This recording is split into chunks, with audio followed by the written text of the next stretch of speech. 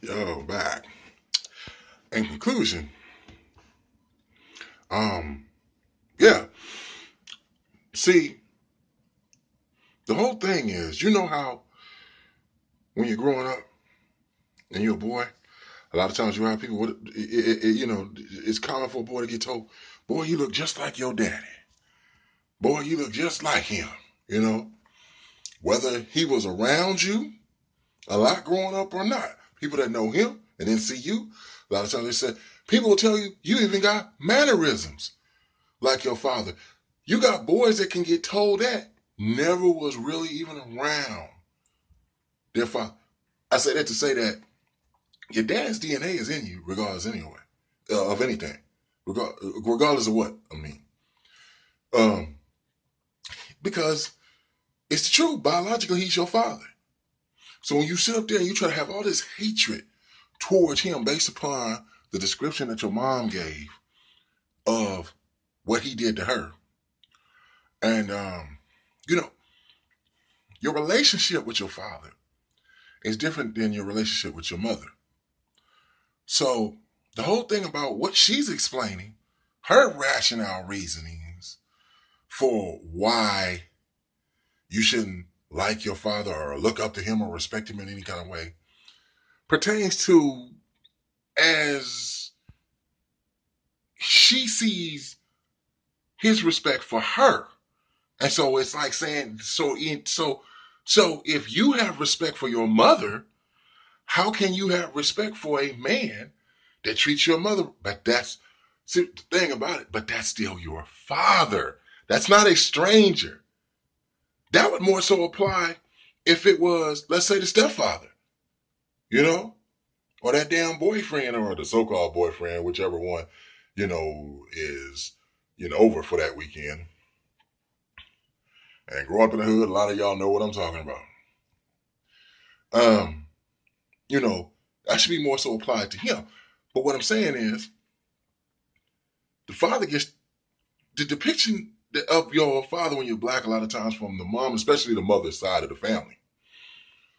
Uh, if he doesn't meet their standard, meaning being somebody that got a good job and he's doting over her, he helps her with children that's not his, he helps her pay her bills, he gives her money, stuff. He's very generous with her in that department. It ain't got nothing to do with no personality, characteristics, his moral convictions, nothing like that. That's why you got a lot of situations where these women get with these men, and because he got these good looks, he's light skinned and he's black, but he doesn't look like he's all the way black. He look like he's mixed and yada yada yada. You think you're gonna be the envy of all the black women in the hood when they see you with this guy, and he's flamboyant and he has those player type characteristics, but you still like him because he's a smooth talker and blah blah blah. Blah. Like, okay, whatever. That guy who everybody like see, well, yeah, and he boy, I seen his car. Got the uncle or the dad. What? Oh, he look like he got it going on. You. Hey, Claricia, you better hold on to that one right there. Man, it's been a lot of times those situations. That dude turn around, be beating on her, be beating on the kids. Um, better hope he ain't in there trying to molest one of the kids or something like that. All because of him being judged by superficial and materialistic means, and they felt like, oh, this dude here is way better than the baby's daddy, you know.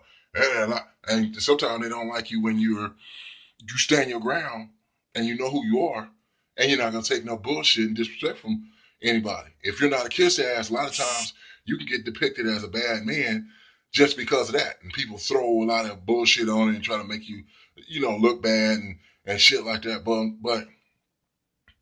But bottom line, um, a lot of black males grow up systematically not even liking themselves, you know, and guys are quick to, you know, want to prove that they're this alpha male and want to some kind of way either beat down, harass another guy or cast disparaging remarks upon him and pick some guy, whatever the hell, choose some guy to try to make himself feel better, maybe, and look better to other people, so that then that way he can feel like, yeah, I'm the man.